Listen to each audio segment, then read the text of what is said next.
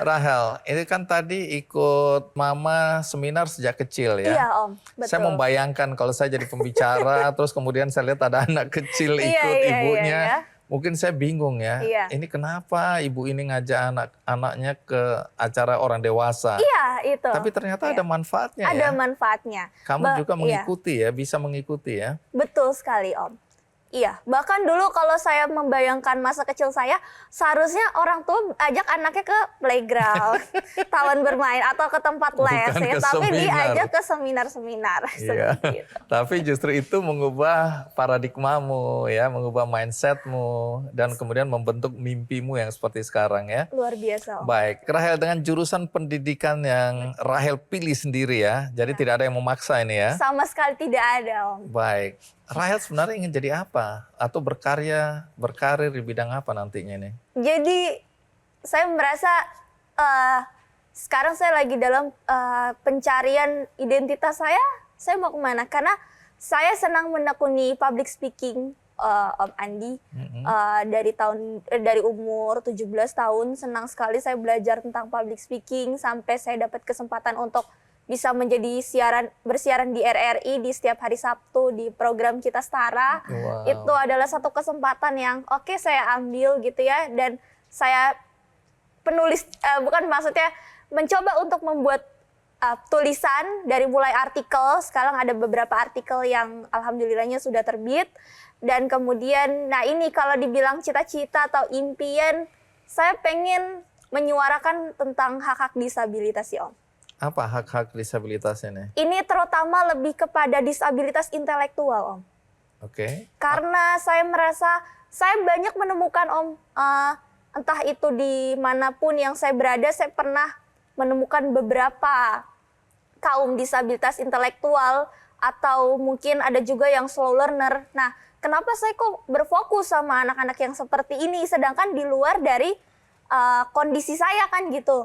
Saya sangat merasa miris ketika kita sering mensosialisasikan menciptakan lingkungan inklusif, pendidikan inklusif, tapi pada kenyataannya bahkan di kalangan disabilitas sendiri, disabilitas intelektual seringkali tidak dihargai Om. Karena sering dianggap lambat dan lain sebagainya. Dan saya mau bahwa kita sebenarnya bisa kok untuk setidaknya kalaupun kita tidak bisa membantu mereka, kita rangkul mereka gitu.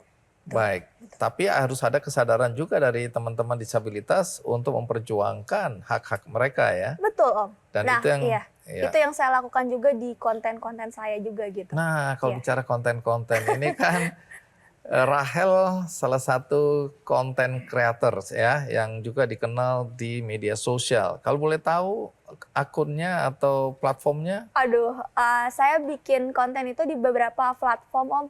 Di TikTok, di sama namanya Rahel Siloam, di Instagram. Kemudian ada juga podcast di Spotify. Nah, konten-konten apa yang Rahel sampaikan di platform-platform itu tadi? Kalau untuk konten selain untuk edukasi untuk anak berkebutuhan khusus, lebih ke mental health Om. Karena saya berasal dari bimbingan dan konseling, maka saya perlu untuk bisa juga mensosialisasikan tentang psikologi gitu. Nah, kita masuk ke buku di tanganmu. Judulnya Keajaiban Itu Ada Pada Ibu. Wih, Ya. Boleh lihat nggak? Boleh, ini spesial buat Om Andi. Ya. Keren, terima kasih.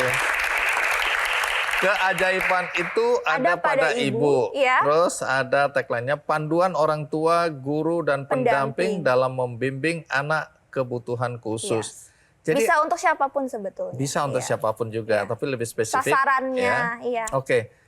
Apa yang kamu ceritakan di buku ini ya? Lagi-lagi orang yang di sebelah kanan saya. Tepuk tangan orang yang di sebelah kanannya. Baik, ringkasannya apa yang kamu ceritakan di sini? Ini buku awalnya saya tulis perjalanan bagaimana perjuangan mama sampai di kondisi saat ini seperti sekarang. Mungkin Ibu bisa sampaikan sesuatu kepada ibu-ibu yang lain ya. Saya ingin atau kepada semua orang tua lah tentang bagaimana bisa ikhlas menerima dan dengan perjuangan tadi ya mendorong anaknya ikut seminar itu nggak gampang, Bu. Kalau saya sih nggak kepikir itu ya. Nah, apa yang bisa Ibu sampaikan kepada para orang tua? Buat para orang tua disabilitas, yang pertama itu harus ada penerimaan dulu. Nerima, ikhlas dengan ikhlas. Kemudian jangan lama-lama mikirin, harus move on cepet. Langsung mengambil langkah-langkah untuk bagaimana caranya anak kita supaya menjadi berdaya gitu. Bermanfaat, gitu aja. Harus move on, jangan Harus lama-lama. Iya, jangan Bersedih lama-lama. boleh, Boleh, tapi jangan lama-lama. benar, jangan lama-lama. Baik, Harus bergerak.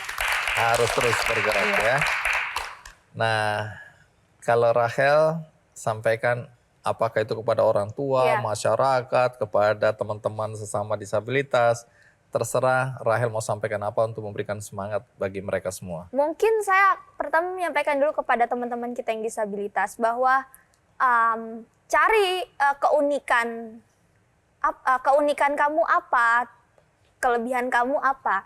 Mungkin kalau misalnya tadi, iya saya harus mandiri itu benar sekali. Tapi yang namanya hidup kadang-kadang kita juga makhluk sosial ya. Kita harus juga menghargai bahwa akan banyak juga orang-orang yang mau berbuat baik. Atau mungkin ada beberapa orang yang punya banyak sekali keterbatasan sehingga mungkin sulit untuk bisa berdikari 100%. Tapi yang penting adalah, oke, sekarang apa yang kamu bisa. Jadi jangan fokus ke, ya aku masih belum bisa ini, ya masih ketinggalan gitu. Jangan fokus ke itunya, tapi fokus ke, oke, saya nggak apa-apa, ini kekurangan saya, ini keterbatasan saya, tapi kelebihan saya apa, itu. Dan buat orang tua, penerimaan itu penting, tapi jangan pasrah, Om. Oke, Iya. penerimaan penting, Tapi tapi jangan jangan pasrah. pasrah. Iya. Artinya, Penerimaan itu, oke, menerima kekurangan kelebihan anak, ini anakku, dan tapi what next? Untuk anak ini apa? Kalau pasrah kan, ya udah nggak apa-apa lah, udah nggak apa-apa gitu ya. tidak berbuat apa-apa. Beda, Om. Iya. Oke, terus bagi masyarakat, Ya bagi masyarakat tadi ya, lingkungan inklusif bukan hanya perkataan, Om, tapi harus juga dibuktikan realisasinya seperti apa untuk kita. baik. Iya. Terima kasih Rahel, terima kasih Bu Sri Muti ya. Dan ini ujung dari perbincangan kita. Saya harapkan akan memberikan banyak inspirasi buat siapapun yang menonton acara ini. Dan bagi Anda tadi yang tidak menonton dari awal, Anda bisa menonton tayangan ulangnya di metrotvnews.com. Ada juga cuplikannya di channel YouTube Kick Andy Show. Dan bagi Anda yang ingin berbuat baik, ada kesempatan untuk berbuat baik melalui benihbaik.com. Di sana ada penggalangan dana untuk membantu seorang nenek namanya Mbah Juminem yang sebatang kara di Kabupaten Kulon Progo, Yogyakarta. Jadi nenek ini juga penyandang disabilitas, lengannya hanya sebatas siku. Sehari-harinya dia mencari nafkah dengan menjual sapu buatannya sendiri, berkeliling desa, tetapi karena usianya dan belakangan ada penyakit jantung, dia tidak bisa lagi mencari daun-daun kelapa yang jatuh dan tidak bisa membuat sapu dengan baik dan berkeliling desa, maka dia mengimpikan punya satu kios kecil untuk bisa berdagang, dan untuk itu dibutuhkan dukungan dari kita semua. Kalau Anda tergerak hatinya, Anda bisa klik benihbaik.com, Anda cari penggalangan dana dengan judul Lansia Difabel, Hidup Sebatang Kara, Jualan Sapu Lidi. Nah, Anda bisa beramai-ramai membantu agar Mbah Juminem bisa memiliki kios dan tidak harus berjalan keliling untuk menjual sapu lidi yang satu ikatnya Rp5.000. Akhirnya semoga episode kali ini menginspirasi kita semua. Sampai jumpa.